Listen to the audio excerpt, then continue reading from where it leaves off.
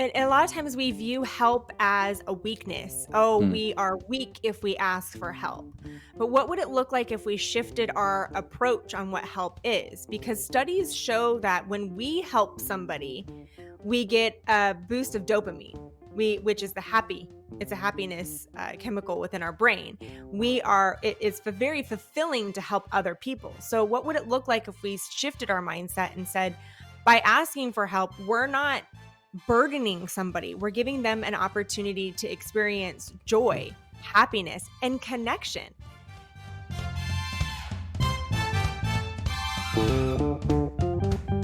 Well, hello there, and welcome to Push to Be More. I'm your host, Matt Edmondson, and this is a podcast where we get to deep dive, do another exploration of what it really means to live this journey called life. And joining me today, I have the amazing fellow podcaster, Danielle Cobo. And we're going to be diving into Danielle's own story. That's right, she is sat on the other side of the microphone today. We are going to be talking about the hurdles that she's had to push through, the way she recharges her batteries, and what steps she is taking to grow and be more. Oh yeah, we're going to get into all of that. Now, before we do, let's not forget you can find all the detailed show notes and complete transcript of our conversation on the website, pushtobemore.com. And whilst you're there, if you haven't done so already, you know the score, sign up to the newsletter, because each week we'll zip you all of the insights, links, and goodies direct to your inbox totally for free, which is amazing. Now, this episode is brought to you by Orion Media, the master architects of podcasting. Oh, yes. You see, here at Orion Media, we don't just make podcasts.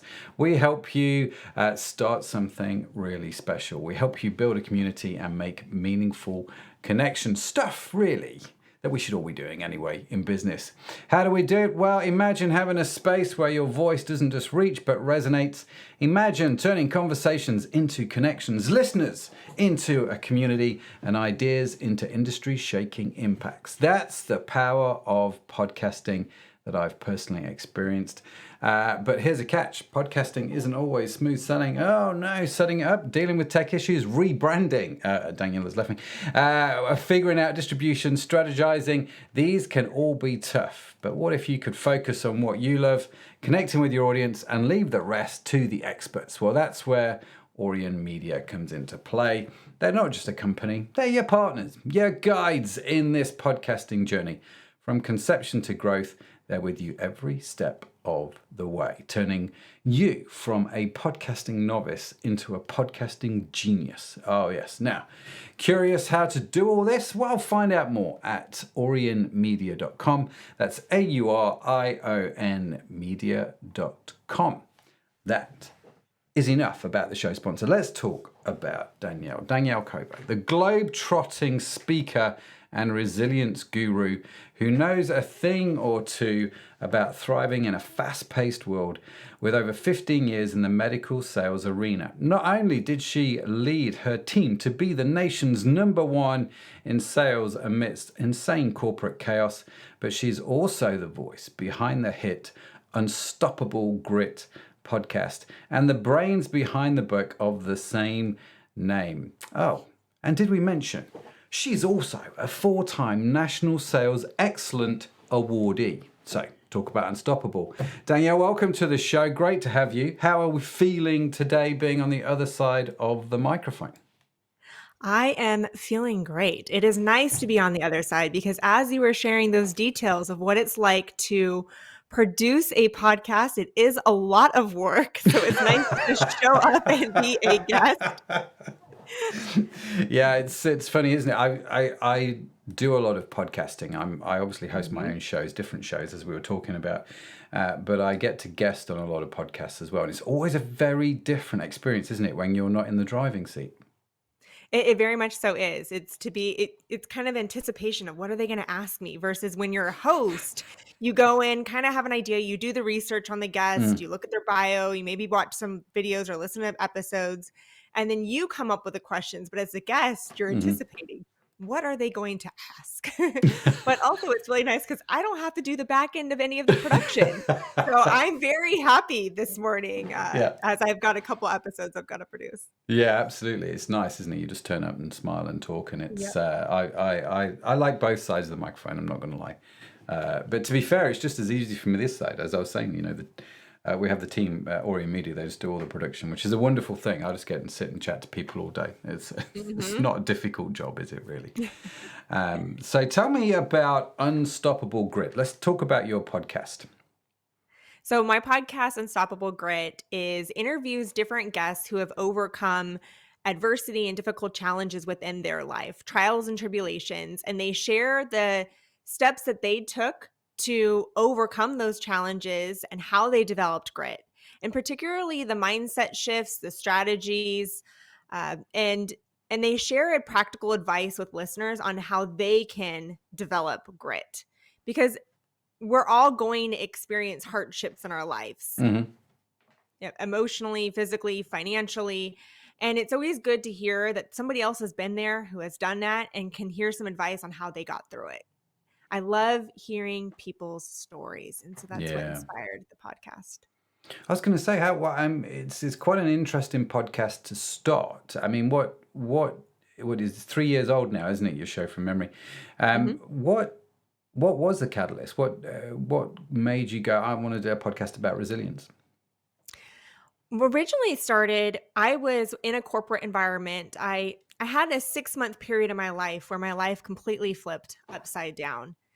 And it was in January of 2020. My husband had just returned home from serving a year deployment in Iraq. Then in March, I lost my mom. My mom had passed away. And then as planning her celebration of life, the pandemic shut the world down. Hmm. And then I was in our company had been acquired. It created a very, very toxic culture. And it was a 6-month period where my life just completely flipped upside down. And I had tied so much of my identity to sales awards, to job titles, to income earning. And when I left the company that I was with, I felt lost. And I didn't know who I was anymore, what I wanted. I had to get the question as a child, what do you want to be when you grow Hmm. up? What do you want to do when you grow up? I just didn't know what that next chapter of my life was going to be. And it took a lot of soul searching, some reflection, some self discovery, and it actually took me applying to a couple jobs and while mentoring other people on the side. So while I was looking for a job, I Mm. was mentoring people on how to get a job because I was a hiring manager. So I knew what hiring managers were looking for. I knew what to look. And so when I finally one day a recruiter had told me, Danielle, I have a position for you. I know you'd be great for it. It's VP of sales, but I can see your passion behind what you're doing of mentoring, and this is a calling for you. And I really believe that you should set out and do your own thing.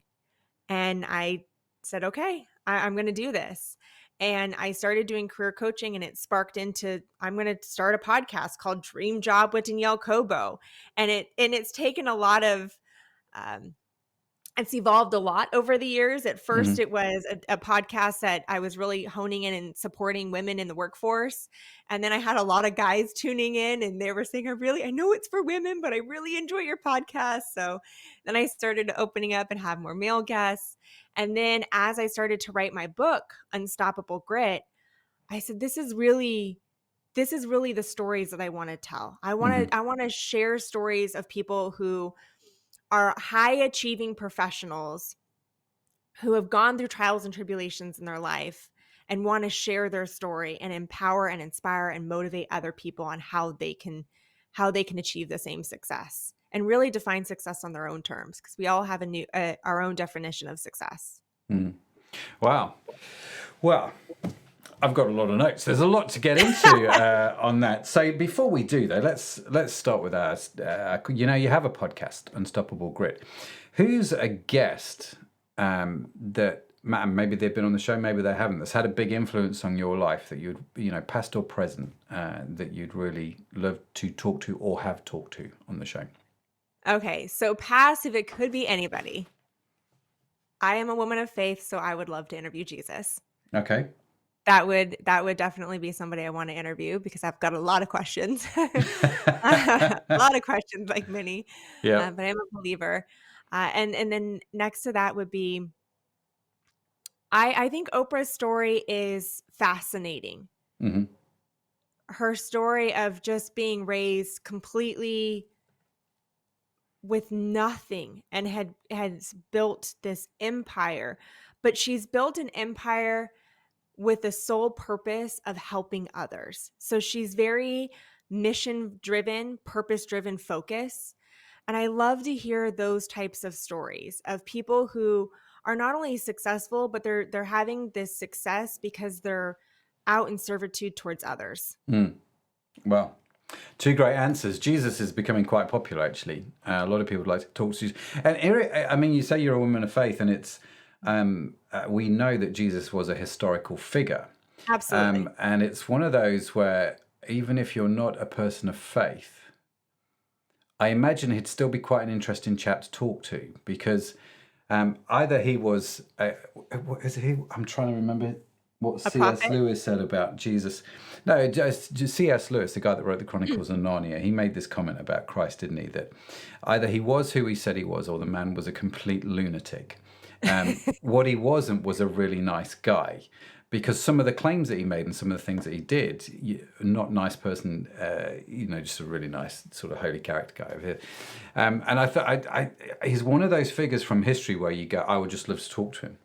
Yeah. I genuinely would love to find out what actually he said, and what actually happened, and really fascinating. And then Oprah is, again, quite a popular answer. I've Mhm. heard Oprah's name mentioned a couple of times because obviously she's in the media, she's in the press a lot. Yeah. And I would love to talk to her. I would love to find out, all kinds of things like how it all got started and Mhm. why and what she thinks about various things now and how that's changed over time and so on and so forth. So two great answers there.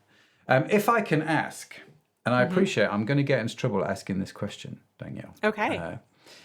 Who have been some of the guests from your show talking about resilience? Because obviously you've rebranded, okay, to Mhm. go alongside your book. So what started out as Dream Jobs with Danielle has now become Unstoppable Grit. And you very much are focusing on stories about, where you've had to overcome, where you've had the challenges, the trials, the tribulations. Who have been some of the guests that what are some of the stories that really stand out to you from your show? One of the most memorable guests on my show, but because of a personal connection, was Heather Monahan. Hmm. So when I left the company that I was with, I said, "Okay, I'm going to go on LinkedIn," which at that time I thought LinkedIn is where you look for a job. What I've learned over time is LinkedIn is much more than looking for a job. It is a place to share your knowledge. So for those that are listening, if they're a high level executive, if they're in leadership role, LinkedIn is a way to serve others by sharing your knowledge. Hmm. I love going on LinkedIn and getting motivation, inspiration, and learning. But when I went on there was Heather Monahan's posts kept on popping up. And I just found her content fascinating. But one post stood out the most, and it was her story of when she got fired. She had been with the company for 17 years. She was uh, a high level executive within the organization that she was with, a media company.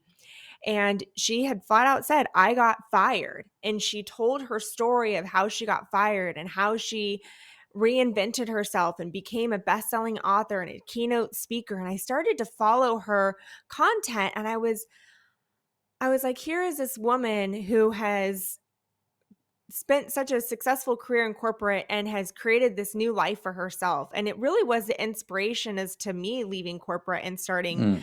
my own journey. And I remember the moment that she was launching a new book, Overcome Your Villains. And I had reached out to her before and I said, I want you to be on my podcast, but I didn't have, it took some time. Her inbox gets flooded. And I now understand that having a big community on LinkedIn. But I reached out to her again. I said, hey, I know you've got this book, Overcome Your Villains. This is the audience. It's professionals that are listening into my podcast. I believe that your story will really resonate with them. And I remember the day that she said yes, and she was a guest on my podcast. And it was that full circle loop of Mm, me feeling like, wow, I actually have kind of reached this point where the person that, and she had no idea mm. that this meant so much to me. But it was that full circle of, I saw your post pop up on LinkedIn time and time again, and now you're a guest on on my podcast. And she shared her story, and I read her book, and I think that was probably one of the most memorable guests. Fantastic.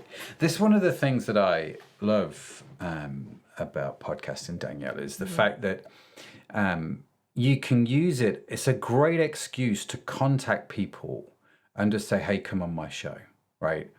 Mhm. It's such a good. It's probably one of the most powerful, underrated things I think about podcasting is it gives you the ability to say to somebody, "Would love to chat." And Mhm. my general observation is when you chat to somebody on a podcast like we're doing, if you think about how we've been chatting for 15 minutes, apparently 15 minutes, and already we've covered some quite interesting things, right? So Mhm. we know that you're a woman of faith. You'd love to talk to Oprah. You've gone through 6 months, some really interesting stuff, which we're going to get into. We know your husband was stationed in the army. We know your mom passed away. 15 minutes, and we've figured out all of this already.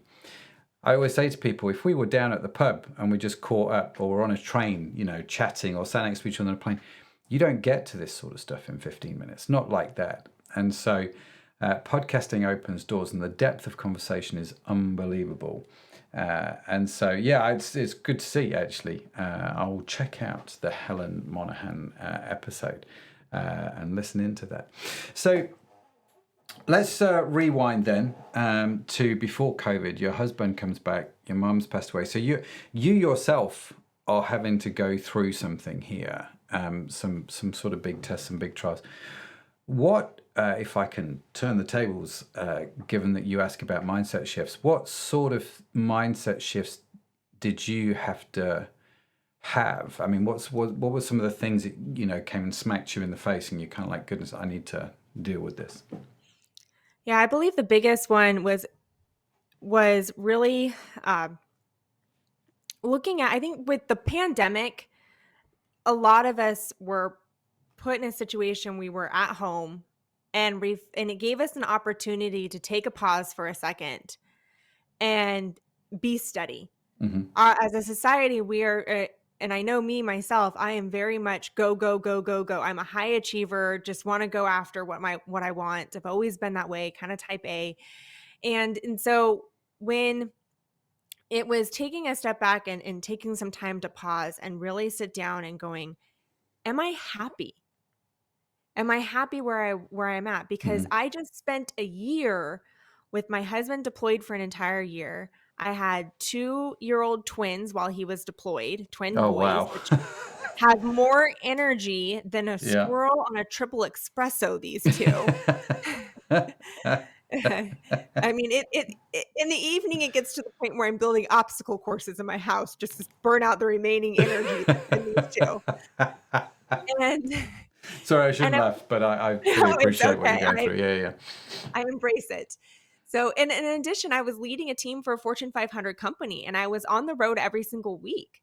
And when my husband came back, and here he had just been deployed for a year, we're at a point where we're shut down, and I'm not on the road, and I'm looking at my suitcase that I'm normally packing every single week, and going, "Is this the life that I want? Mm, Is this really what I want?" And the changes that were going on in the organization were not aligning with the values that I have, and so I taking some time to step away, and I think the biggest mindset shifts was identifying, what do I really want? And what that was is I wrote down a piece of paper and I wrote a line down the center, and on one side I said, what do I love about my job and what do I dislike about my job? And then I took it a step further, and I did that with my previous jobs. yeah. What do I love and what do I dislike? And kind of took that and molded it into, that was one step. And then the second step was, I reached out to, I posted something on Facebook, and I said, if I've impacted, if there was 3 words you would use to describe me, what would it be? And Okay. people started flooding in with comments what it would be. And so I started to see myself in a light that I had never seen myself before. Hmm. People started to say motivating, inspiring, empowering, resilient, grit. They started to use all these words, and I started to look at And they started to add comments. You've helped me with my career. You've helped me achieve these goals. And so I started to say, well, this is what I love about my job. This is what I don't love. And this is what people see as strengths of mine. Can I take all this and create something that that I want to do moving forward? And that's really what inspired me to also start in this journey. And it's been 3 years since I left corporate and have a podcast with over Hmm. 130 episodes, have a book coming out, built a successful business, speaker. It's been an incredible journey. Yeah, I mean, it sounds like it, which is fascinating. And the thing that the thing that stands out from that story, Danielle. I mean, apart from the fact your husband was away for a year, which if you don't, I'd like to ask a few questions about that. But Yeah. um, was the feedback, asking people that knew you outside of corporate life, people that really know you, what they thought. And one of the most interesting experiments, should I call it an experiment? I don't know. One of the most interesting things I did a few years ago was I did exactly the same thing. I contacted people from different walks of life, but people who knew me. So some from corporate, some from church, some from, parents at the same school, people that I do sports with, whatever. And I sent them a list of like 15, 20 questions that I asked them to just answer. The rules were they didn't have to answer all of them if they didn't want to, but they did have to be brutally honest. And it was both very edifying because they saw stuff in me that I didn't see in myself, which was really interesting. But they also, they I gave them an invitation to be really straight and to be really honest. And such is the culture in which we live. I think people are a little bit reluctant to be totally straight and totally honest with you, unless you ask for them to do that. And so, giving them permission to do that was just, let's just use the word humbling. I have been through a 360 review, and I Mm, completely can relate to the humbling experience of getting very honest, transparent feedback. yeah, Yep. yeah, it's good though, It right? I mean, it is. I think it's very much so. helpful. Very, very Yeah. helpful. So let me ask you. I've been married 25 years this year. And love being married. My wife's awesome. She's an absolute legend. But the longest time span we've ever been apart is, I think, 5 weeks when I did a round the world trip. I went over to New Zealand for a few weeks, was working over there, met my sons in the States. We did 2 or 3 weeks, just me and my two boys traveling around the state, which was remarkable. But that was 5 weeks, the longest I'd been away from my wife. I cannot imagine a year apart. How was that? That was it. So we've done a couple times. We did a year apart. We did 8 months after we got married. We did 6 weeks apart or 6 months apart. That was the hardest because we actually couldn't talk. So I only got Oh like three well. phone calls during that time. But the year apart, I would say it's very difficult because and the hardest part is I almost in my kind of survival mode, and I wouldn't probably say it's the best survival mode, but it's to kind of detach. Just like when they're overseas, they're detaching because they've got to focus on a war-torn area. They're Hmm. fighting battles and they kind of have to detach themselves. And I've got to a little bit detach from what's going on over there and not worry. Because a lot of people will say, well, aren't you worried that Mm, something might happen to him? And I said, worrying is not going to serve me because mm, worrying, I can't control what happens over there. And worrying is just going to eat at me inside. And that's yeah. not going to serve me in any way. So my focus right now is trying to just take it day by day, keep in communication the times that we can keep in communication and get very creative in incorporating him in our kids' lives. I did things where they were rear facing at that time because they were two. And so I had a picture of my husband and I hugging that was in between them in the middle seat. So that's something that they saw. So it was a way of them always seeing their face, but it was them a way of them seeing us together when Mm. they can't see us together. There's just little nuances that I tried to incorporate in, but it was difficult. It was not easy at all. It was exhausting Especially trying to with the keep young up with kids. Yeah, everything. yeah, yeah, yeah. No doubt. Yeah. No doubt. So is your husband deployed now? No, he's not deployed now. No, he's back now, which is great. Okay.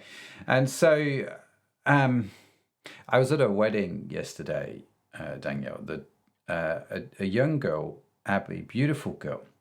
Um, Abby, I've known since she was born. I'm good friends with her parents. She is a very similar age to my eldest son. So they've kind of grown up together, and we know them very well. She got married yesterday, such is the phase of life that I'm now in, where my son's friends, two of my son's friends have got married, which I'm not quite sure how I feel about this, if I'm honest with you. I'm still too young in my head. And so she got married. Obviously, there is an expectation, I think. There is a romance. There is an expectation, I suppose. There's a story which you've written in your head about what married life looks like. And it was wonderful when I was sat at the wedding because there were so many different generations there. Like her grandparents were there, who've been married, I think, since Noah was around. I mean, they're just awesome, you know. We'd been married 25 years and then she'd been married like 25 seconds. Um, when you got married and you're stood there on your wedding day and there's the romance, there's the expectation, I'm assuming you did that knowing that there would be these deployments, there would be these long seasons apart, right? Quite the contrary. My Okay. husband yeah. My husband and I, when we got married, he was 32 years old. So, when we were dating, he had mentioned he wanted to join the military, and I was very supportive. "Absolutely, you wanna join the military, I would support that." And then he put a ring on it. And all of a sudden, reality hit me, and I said, we were living in California. I had just purchased my home. I had just gotten my dream job with this company that I wanted to work for. I was in a management role. I was everything that I had been striving and saving for to achieve. I was getting what I was wanting. And I looked at him and I said, "I love you and I want you to be happy. And I know that I've told you that I'm going to support the military decision, but I I don't want to. And I want to be very honest with you because I don't want to be moving around all the time. I've Mm, worked so hard to get to where I'm at today. I was 30 at the time. And I said, I've worked so hard to get to where I'm at. I don't want to be moving around all the time and starting all over.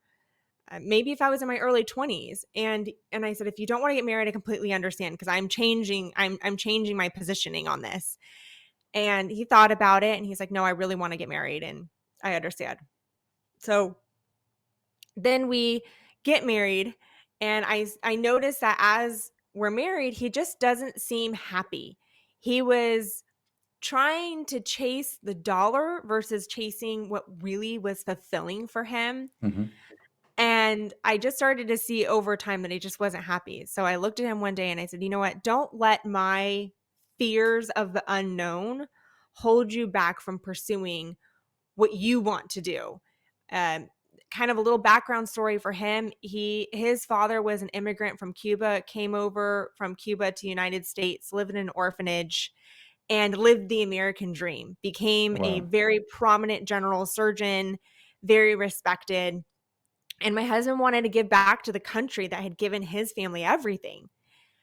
And so I said, "Okay, join the military. I'll support you." And at the time, my husband owned a business. He had his MBA, owned a business, very successful. He ended up selling his business and at 32 years old joined the army, going through basic training with Wow. 18-year-olds. Wow. That's pretty impressive. Yes. Yeah, so he likes to say he was the grandpa on the battlefield, hmm when he was out there. But so yeah, I when I imagined my first year of marriage to look like was very different than it was. I he was gone our 1-year anniversary. We've only probably celebrated half of our anniversaries together. A lot of Wow. times he's gone. But at the same time, it's also opened up a lot of doors for us. As much as the reason why I didn't want him to join the army was for moving. Sure enough, we moved as soon as he got back. We moved to Alabama, then we moved to Florida. And at the same time, I'm grateful that I am in Florida. I love where I live. And if it wasn't for the army, I'd probably be still living in California, kind of still living the same life, Hmm. but not had the exposure of a world that I never knew was possible without moving out of my comfort zone. So it's been a blessing. I wouldn't say it's easy. It's very, very hard. Mm. There's definitely a chapter in the book where I talk about the struggles of what it's like to be a military family, and I don't sugarcoat it. I know a lot of times people will, but I don't. It's a work in progress, but I'm grateful for it. Wow. And in the midst of this, you had twins, which in itself is a challenge. Yes, I had twins, and it interesting story with the twins was when they were born. They were born 6 weeks early, and they had spent 2 weeks in the NICU. And right when they got home from the NICU, I had unfortunately had some complications with my C-section. I had gallstones. I'm in the hospital. And then I'm in the hospital and the doctor looks at me, and this goes true to what it's like to be a military spouse. And he looks at me and he says, "You need to have surgery. We need to remove your gallbladder." And as he's saying this, I'm looking at the TV, and the TV says emergency alert, category 5 hurricane about ready to hit Florida. And as I'm seeing this, I get a phone call from my husband that says, "I've just been activated and I've got to move helicopters because we got to move the helicopters out of Tampa up to the Northeast." And it was a matter of, you become very resourceful as a military spouse. You become very Mm. resourceful. You start calling your friends, your neighbors, who can help board up the house, who's got a generator, what can we do? And we ended up getting through that hurricane. But as a military spouse, you become very, very resourceful. Mm. You learn to ask for help. It's interesting that on one hand, you said you become very resourceful, and the first thing you said was you learn to ask for help. Because I think a lot of people, their default thinking would be say, you learn to become very resourceful. Therefore, I know how to solve this problem. I'm gonna. But what you said feels like, Danielle, is a slightly Mhm. oxymoronish, if I can put it that way. You become very resourceful. You learn to ask for help. I love that, by the way. But it's interesting how that was your first response to that. And so for you, becoming resourceful is learning how to ask for help, it seems. Absolutely. And a lot of times we view help as a weakness. Oh, Mm. we are weak if we ask for help. But what would it look like if we shifted our approach on what help is? Because studies show that when we help somebody, we get a boost of dopamine, which is it's a happiness chemical within our brain. It's very fulfilling to help other people. So what would it look like if we shifted our mindset and said, by asking for help, we're not burdening somebody. We're giving them an opportunity to experience joy, happiness, and connection. The people that were there for me during that time, who helped board up my house and were, in shock, but kind of going, is this really happening? Is this really life right now? Those are some of the people that have become my closest friends because we rallied around and Mm. supported each other and became in community with each other. So asking for help, I believe, is the key to connection and Mm. deep, meaningful connection. And it's very fulfilling to help other people. Yeah, it is. It is. It's interesting. There's a psychological phenomenon that goes alongside this that actually people want to help. They just don't always know how to help. And because they don't know how to help, they don't get in, they don't want to seem to be interfering, or do you know what I mean? It sort of prevents that from happening. I used to be on the ambulance, used to drive the ambulances and all that sort of stuff a long time ago. And I did that with the British Red Cross, amazing organization. And one day I remember I was driving in my car, which was a Mini Cooper. Loved that car, so wish I'd not got rid of that car, but that's another story. I was driving this Mini Cooper down the road, and I came across a road traffic accident, right? And I was the first person just driving past that had sort of medical knowledge, I suppose. And so I pull over my car, I get involved. There's 3 or 4 cars. do a quick triage, and there's one car where there's a gentleman who is not doing very well. Okay, Mhm. but I can't get to him in the car, and there's a row of they call it the bystander effect. There's a row of bystanders sort of stood around, all having a look, all wanting to help, none of them knowing what to do. And I always remember this. There was a guy standing there. I looked at him. He looked like the Hulk. You know, I mean, just massive guy with just massive guy. And I said to him, I said, "Listen, dude, I need to get in the back of this car. I need you to, I need you to somehow make that possible," because he just looked really strong. And so he came to me and he said, "Do you think they'll mind if I rip the doors off?" I'm like, "This car is totaled. They're not going to give a..."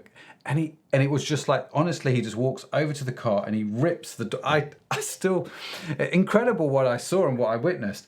But the point of the story is apart from this man being very strong, was people want to help. They just need someone to tell them how to help. And by asking people to help, you become slightly vulnerable. People respect that and they will help you because they've been wanting to do it for a long time. Mhm. And so I love that. I became more resourceful by asking for help. Mhm. Love that.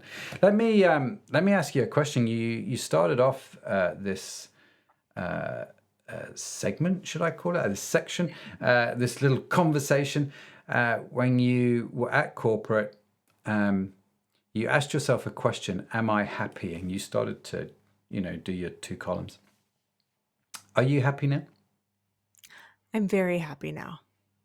It took a long time to get to this point because, again, I tied so much of my identity to earning sales awards and manager of the year and the income. And I kept through time, that's where I tied my success to. But Mm, building a business, that doesn't happen overnight.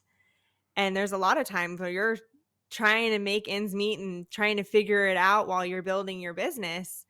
And that took a big adjustment too. But there was one step that I didn't mention that I think is important too, that really this is a step that I go back to.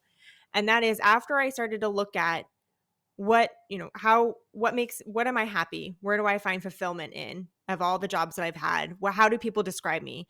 The last step that I did was I wrote an obituary for mm, my from a coworker's perspective and a family member's perspective. And I said, if it was my last day on earth, how would I want people to describe who I am mm, and what impact I've made on people's lives? And it's the obituary exercise. And any time that I am doubting myself, any time that I am going, and is this the right path that I want to go on? Am any bumps or trials and tribulations that I run into, I always go back and say, no matter what, am I living in alignment with my vision on the legacy and the impact that I want to make? And if I am, then I'm doing the right thing. mm, I'm being in integrity with it. And then when you talk about being on a podcast, uh being a podcast to me is sharing people's legacies. mhm, Is sharing their knowledge with the world, and it's how they get to make an impact. And so that's kind of my barometer, I would say, on happiness mm. is am I living in integrity with the impact that I want to make? Wow. And so you must feel that you are, if you are defining yourself as happy, right? Yeah, absolutely. I mean, I get to spend time with I'm not on the road. I'm on the road because I'm a speaker, so I obviously travel for speaking, but spend more time with my kids now than I ever did before, which is amazing. I'm actually there to wake them up, even though it's really early in the morning for school. I'm not a fan of, and at night. And I get to do what I want. I get to Mm, create the path that I want to create versus it being defined for me by yeah, a company. that's powerful as well, especially with the kids and the lesson that they're going to learn. Seeing that grow up is quite extraordinary, really. Hmm. How old are the kids now? So there's 6 now. Hmm. Wow. Okay. Still manic energy. What was it? The squirrel with a triple espresso Yeah, shot? squirrel with a triple espresso. Yes, there's no shortage of energy. I mean, they have a bloodline of a father who's a Black Hawk pilot, so you can imagine how much adrenaline just runs through him, Yeah, yep, and yep. then me, who's a very go-getter type personality. So They are very energetic. They keep us young and on our toes. Yeah, apparently God's gift. Apparently, that's what Yes. you have to keep telling yourself with the kids. It's just it's fascinating, absolutely fascinating. I'm reminded. I don't know if you've seen the movie Over the Hedge, the animated Mm-mm. movie Over the Hedge with Hammy the squirrel. So your 6-year-olds will love it. It's my kids loved Over the Hedge. I think Bruce Willis is the voice of is the voice of what's he the voice of? I don't know. Anyway, he's in there, and there's this one scene in the movie where they give the squirrel a caffeinated energy drink, and how they portray that is just. It's. I still laugh about it now. It's very, very funny. So I'll Over definitely the have to Hedge. check that movie out. Yeah, yeah, yeah. Definitely check that because as you're talking, that's what I've got in my head. Um, how do you stay sharp? How do you recharge your batteries? What do you do there? Because you've obviously got a lot going on. Mhm. I recharge my batteries by being intentional with the boundaries that I set. So it's very common for people to say between the hours of 5 and 8, I may not be as responsive to text message or phone calls, and that's because that is my time with my kids. I pick my Hmm. kids up, we go for a walk, we do homework, we cook dinner, bedtime Hmm. routine, things like that. I'm very intentional about putting some boundaries in place so that I can be present in the moment with the people that I'm with. Hmm. And I also will try to leave my cell phone. The average person touches their cell phone 200 times a day, which is shocking to me. But that is a statistic, that is a reality. Hmm. And so I will put my phone in another room. I can still hear it. I still have an Apple Watch, so I'll get notifications if there's an emergency, but I put it in another room Yeah. to create that boundary, Mm. because I believe that so often one of the reasons why we get burnt out is where we've got our mind in so many different places and we miss Yeah. out on being present in the moment. Yeah. So that is one. I would also say in the morning, I don't touch my cell phone for an hour. For the first hour of my morning, I will, be present with my family. Then I'll Mm. go for a walk, get outdoor, get outside. Maybe I'll listen to a podcast. I'll have my phone on there, but really fueling my mind. And I'm Mm. also intentional about planning something to look forward to. I love to travel. I love to explore new Okay. areas. And it's important that if I'm working on something that's a big project and it's going to be labor intensive and it's going to take a lot of time, I want something to look forward to. Hmm. And it could be a weekend getaway somewhere or it could be a trip, but I always want something on the calendar to ensure that I am taking some time out for me time. I love that. Planning something to look forward to. And it sounds like that's mainly going to be something travel related. Would that be right? Yeah, it's always travel related. I like to explore the country and the world, but it's a little more challenging with kids because I'll Yeah, yeah. get notes from the teacher saying you can't pull your kids out of school unless they're sick. So I got to be more conscious of that. But I will anytime I can if it's an extended week off of school, I'm going somewhere. Do you have like a secret location, a sort of a private place, or a place that is just really special to you, that would be your go-to place, or do you not do that? Everywhere is special.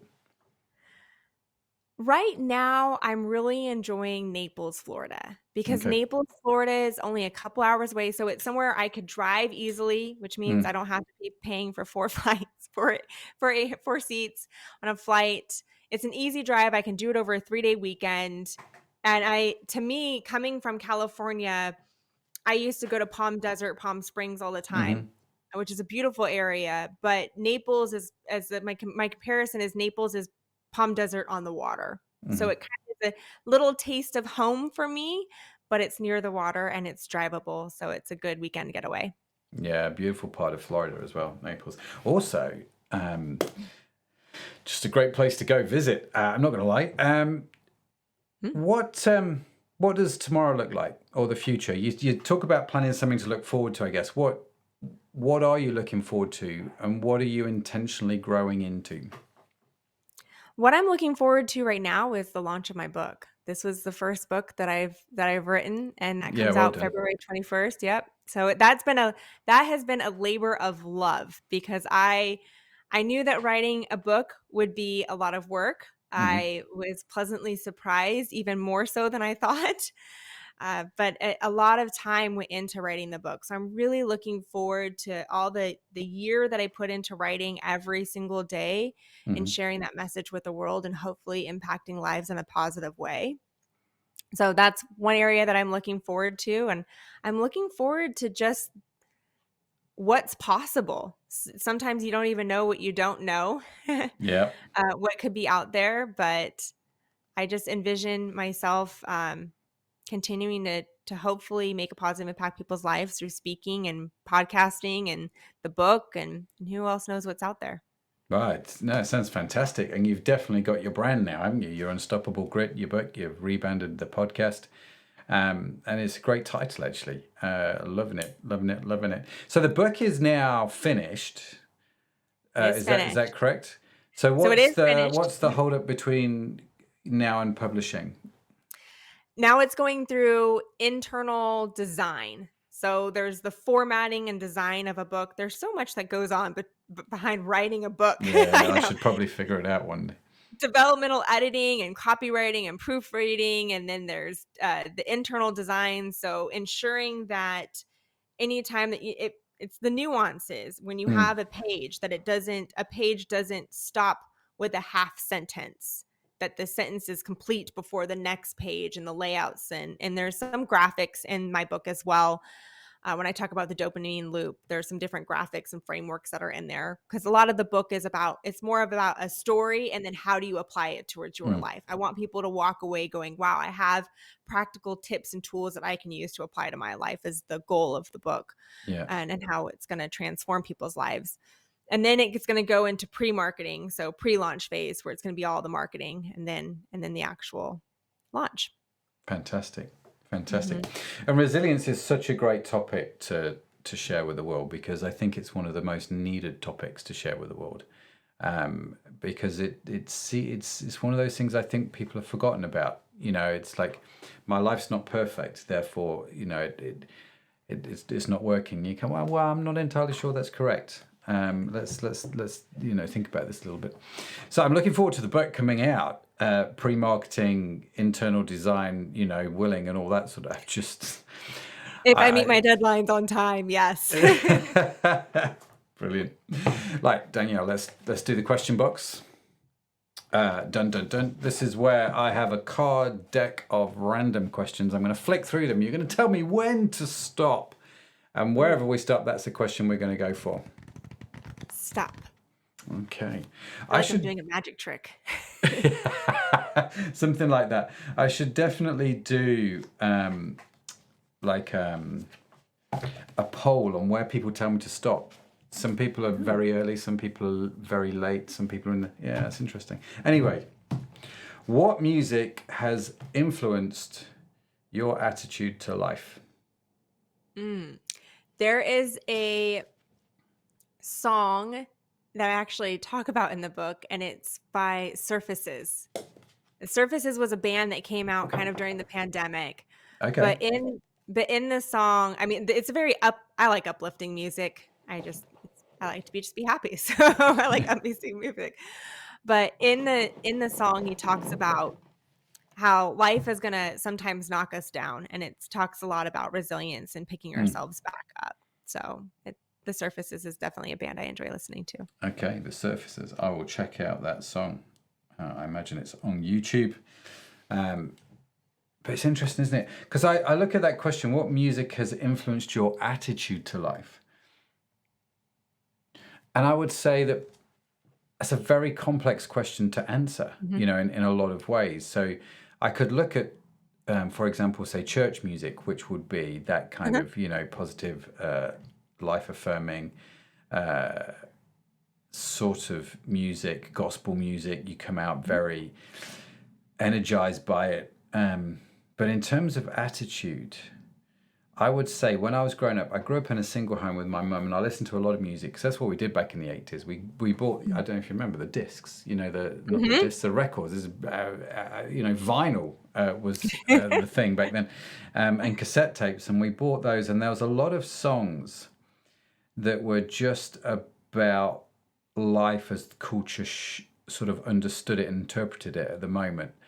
And Mhm. I think that influenced me way more than I than I probably gave it credit for. Do you know what I mean? I had to unpick a lot of that later in life because a lot of it I thought was quite unhelpful, if I'm honest with you.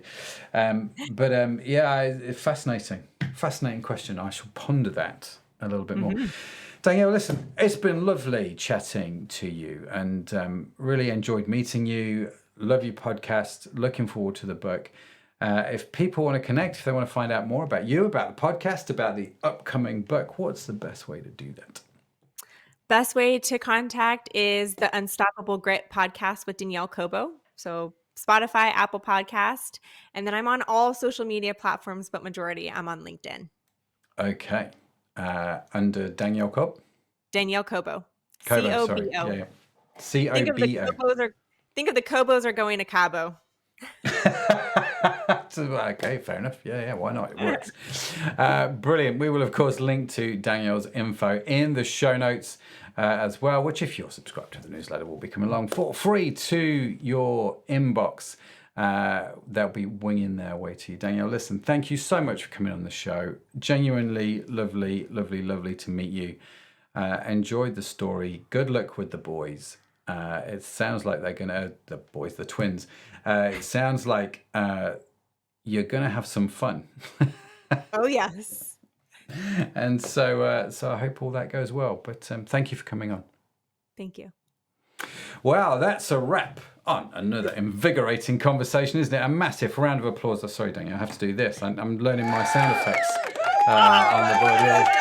I want to get sound effects like that. This is great, aren't they? Just yep. Thank you so much, Danielle, for joining us today. Big round of applause, of course. Huge thanks again to the show sponsor, Ori Media, for all you change makers out there contemplating podcast as your new vehicle of expression and connection. Do connect with them at orionmedia.com. Now, remember, keep pushing to be more, and don't forget to follow the show wherever you get your podcast from, because we've got yet more great conversations lined up, and I don't want you to miss any of them. And in case no one has told you yet today, dear listener, let me be the first. You are awesome. Yes, you are. Created awesome. It's just a burden you have to bear. Danielle has to bear it. I've got to bear it. You've got to bear it as well. Now, Push to Be More is brought to life by Ori Media. For transcripts and show notes, like I say, swing on by the website, pushtobemore.com. And a big kudos to the team that makes this show possible. The amazing, the talented, the wonderful Sadaf Bainon and Tanya Hutzlak. And also a shout out to Josh Edmondson for the fantastic theme music. So from Danielle and from me, thanks for joining in. Have an awesome week. I'll catch you on the flip side. Until then, keep pushing and bye for now.